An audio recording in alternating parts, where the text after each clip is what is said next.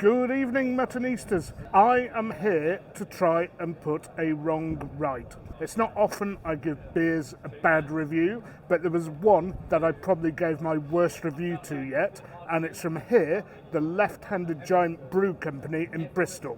Now, before you say, what are you doing coming back here? It was their non-alcoholic pale ale that I really didn't like.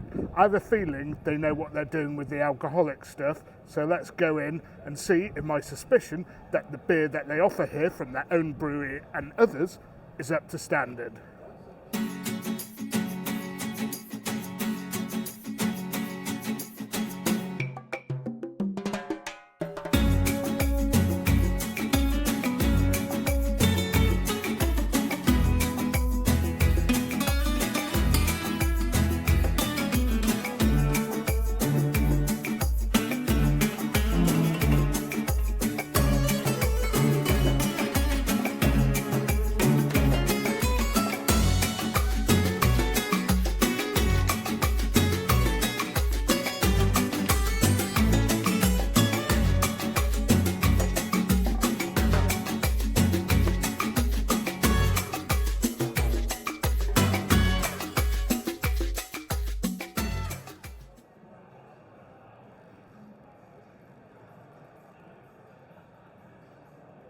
Okay, point number one, Vivid Dreams IPA. It's a keg IPA. I would have liked to have tried something on cask, but they only had a dark mild on cask, which is not my sort of beer. As in most brewery tap places, they've got barrels and kegs and mash tuns behind me, although they do actually have a tap room specific to their brewery. This is called the Brewhouse. I'm suspecting it's not their main operation.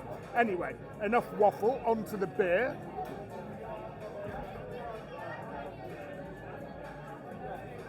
4.4%, cost me about $6.20, so a little bit expensive. I'd prefer something a little hoppier, but there's plenty of fruit in here, and it's dry before you start saying, ooh, fruit is sweet. But I'm hoping for better things when we move up a gear.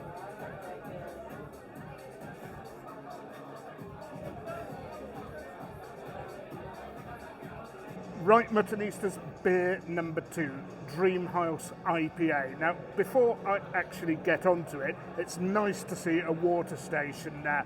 All this business about you're a wimp if you drink water between beers, rubbish. Sometimes if you're having a stout and then a lager or whatever, you need to cleanse your palate. Met a couple of Muttonistas here, always great to do that. And I'm hoping, having done a little bit of tasting of the range, that this one, 6.2%, again, quite an expensive pint. Can't remember how much it was. I think it was $6.80 or something like that. I hope it's got some bite.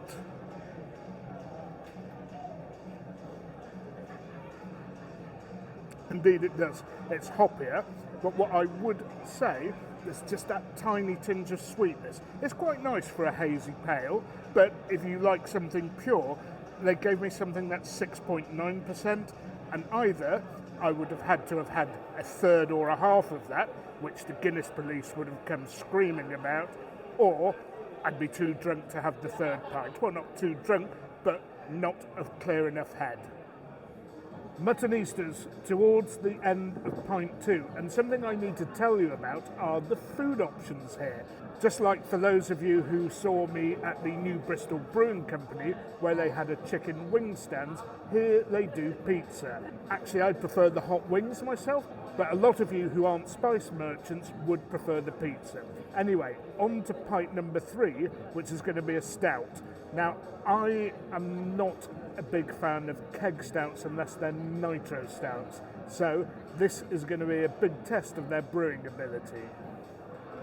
Right, Muttonistas, pint number 3, Deeper Water Stout. As I said a few minutes ago, always sceptical a little bit about keg stouts, but this does actually look quite creamy with a good head. I'm also spending a little longer at this place than I meant to, so if I don't drink this fairly quickly, I'll be in deep of something else.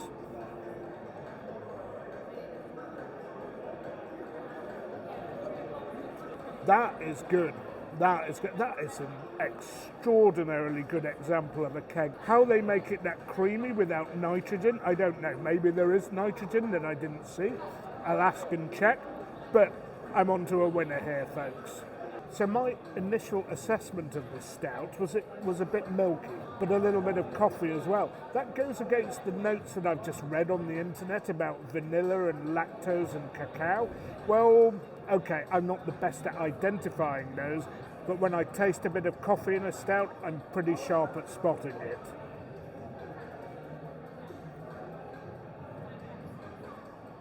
And you always ask me, Muttonistas, is it sweet? The answer is not. Okay, the milk, the lactose has a bit of sweetness to it, natural sweetness, but no, it's pretty dry. I've had much sweeter porters and stouts than this. Okay, and as is often the case, Muttonistas from everywhere come and join me wherever I am in the world.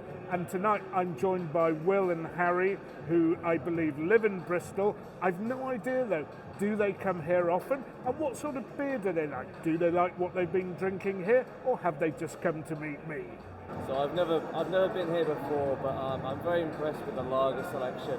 I've been enjoying the Hells. It's very crisp. Very nice. Yeah. I'll come back here again. And Harry? So I come here probably maybe once a month. I think the stout selection is always absolutely fantastic. They often get some sort of like American things, a little bit rarer, a little bit more exotic. They're quite expensive, but it could sometimes be worth spending the money. And yeah, it's a great venue as well. It's right by the riverside. Brilliant. Well, I'd second all of that, Muttonistas. It is a little expensive, but it is a prime venue. They brew nice beer, they have, I think, nice food, and you kind of pay for what you get. Sure, sometimes you can get some old school place where they have the most fantastic pints for £4 or £4.50, but they are becoming like a needle in a haystack. Okay, I'm loving this stout. I'd like to have more of it, but as I said, I'll get into deeper something else rather than deeper water. But before we go, I did have a little taste of a 6.9% West Coast IPA, described to have had hints of grapefruit. Now, I didn't pick them out with that tiny little thimble that they gave me, or tiny little cup, but there's only one way to find out, and I would be remiss with my duties here, Muttonistas, if I didn't taste it and review it for you. Okay, Muttonistas, finally, well, it's not pint number 4, I've gone for a 2/3. Now, the hops involved here are hops that I rarely encounter.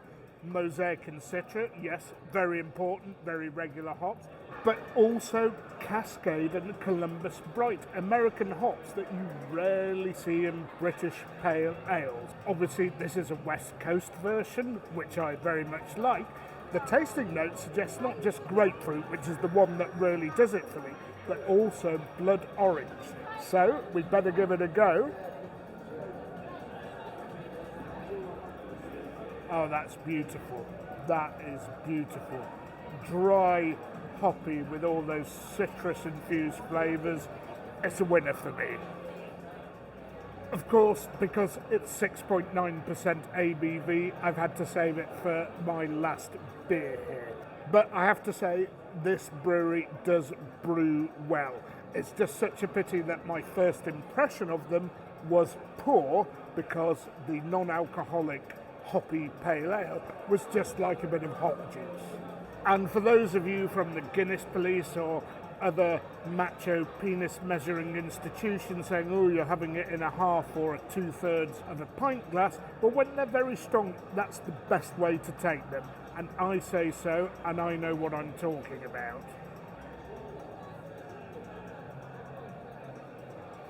And of course, this isn't even their main brewery tap room. This is the brewpub.